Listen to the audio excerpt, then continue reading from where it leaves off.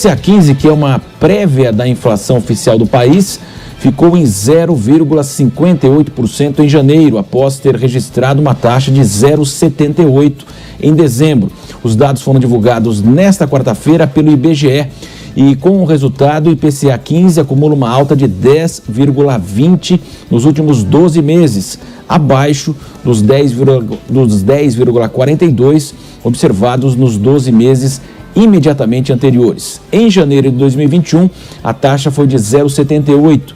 E sobre esse assunto nós vamos conversar agora com o coordenador do curso de Ciências Econômicas do IBMEC, aqui em São Paulo, Rodrigo Araújo.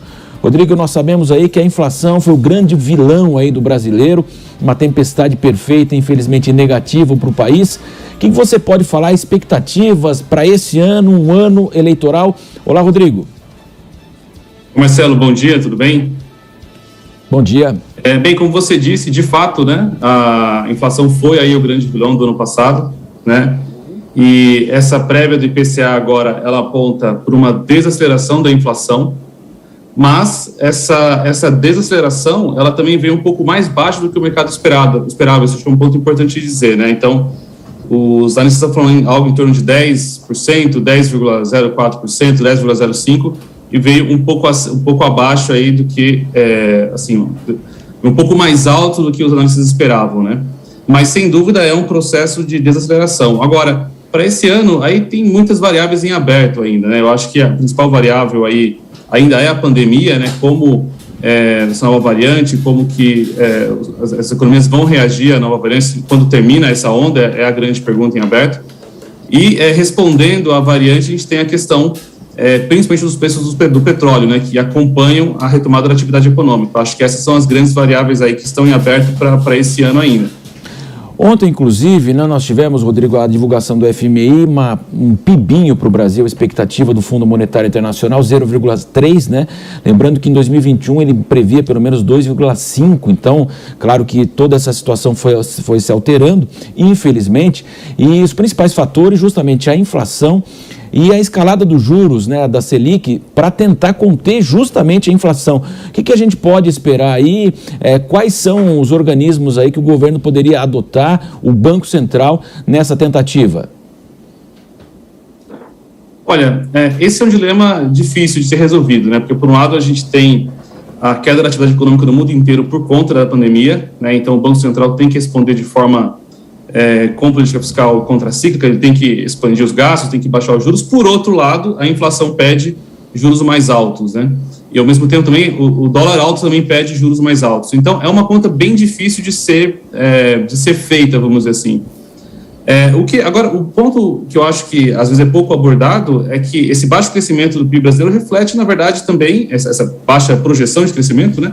Reflete as condições gerais de competitividade da economia brasileira, não somente os fatores aí conjunturais da inflação, né, e também mesmo da pandemia. Então, o grande desafio brasileiro, na verdade, não é de agora, já é de muitos anos, é aumentar a produtividade, né? E aumentar a produtividade é ambiente empreendedor, é acesso a crédito, é educação para o empreendedor brasileiro, para a força de trabalho brasileira, que são temas que a gente pouco vê na pauta, né? Agora, fora isso, ainda a gente permanece esperando as reformas, né? Esperando as reformas, as expectativas do investidor internacional melhoram, né? Se o governo sinaliza nessa direção, né? Agora, mas está todo mundo esperando a pandemia, uma sinalização nesse sentido pode, né, melhorar aí a perspectiva de crescimento da economia brasileira.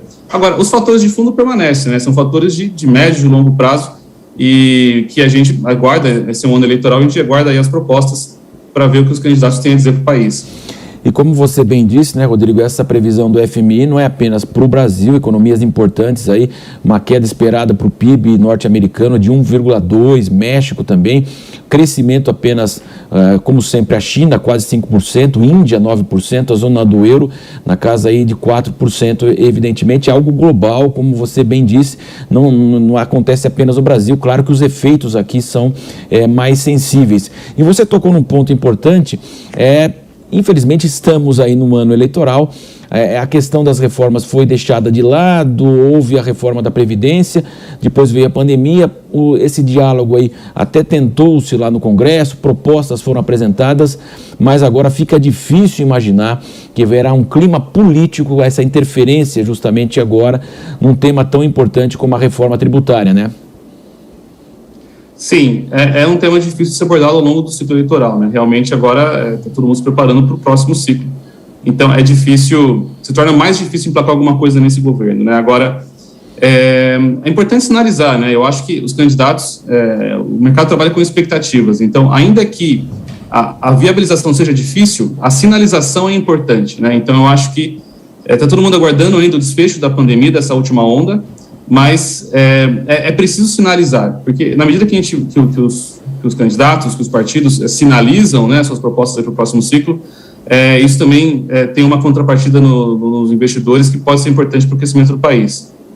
Exato, como você disse, até o comprometimento, né? Nós tivemos na eleição passada, o tema das reformas foi um tema que foi muito defendido por vários candidatos, evidentemente, né?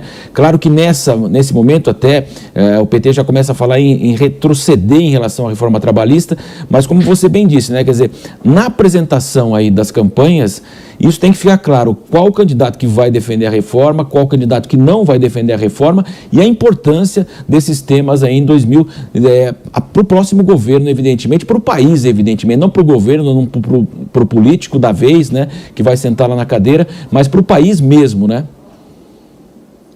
Sim, eu acho que ninguém quer retroceder em nenhum aspecto, né? Eu acho que sempre tem melhorias e avanços que devem ser feitos. É o normal das democracias, né? Que a legislação vá se sofisticando e vá abordando casos que não foram considerados anteriormente. Esse é o processo natural de toda a legislatura no mundo inteiro. Agora, é importante sinalizar, é importante dizer que nós queremos reformas, é importante dizer para o mercado um discurso alinhado, é importante mostrar alianças fortes, né? Eu acho que um dos grandes desafios dos últimos anos, né, e não só desse governo, mas dos governos, é um certo desalinhamento na comunicação que gera uma certa ansiedade no mercado, e isso atrasa os programas de investimento. Então, eu acho que um discurso claro, na direção do que o mercado precisa, que são reformas, que é um ambiente empresarial mais competitivo, e o quanto antes, eu particularmente acho melhor. Eu acho que, claro, todos aí tem variáveis que tem a pandemia, tem o próprio mercado externo, o dólar, o câmbio, isso não são coisas que o governo controla totalmente, mas é importante dar uma direção para que os atores possam se organizar nesse sentido. Como você citou agora o dólar, né? Podemos imaginar, como sempre no Brasil, um ano eleitoral aí, muitas oscilações em relação ao dólar, né? Sim, sempre tem uma oscilação pré-eleitoral, né? Isso é o histórico brasileiro, ele tem essa trajetória. E aí disso vai depender aí também como que a gente se comporta com a taxa de juros, né? Então, esse é umas variáveis importantes para a Selic também. Muito bem, nós conversamos com o professor do IBMEC, que falou a respeito aí de toda a variação, então a expectativa agora, Rodrigo Bueno, falando sobre justamente aí a expectativa, Rodrigo Araújo, desculpa, falando sobre essa expectativa para o ano aí econômico brasileiro. Rodrigo, muito obrigado pela sua participação aqui na programação da Jovem Pan. Marcelo, eu agradeço, foi um prazer. Prazer é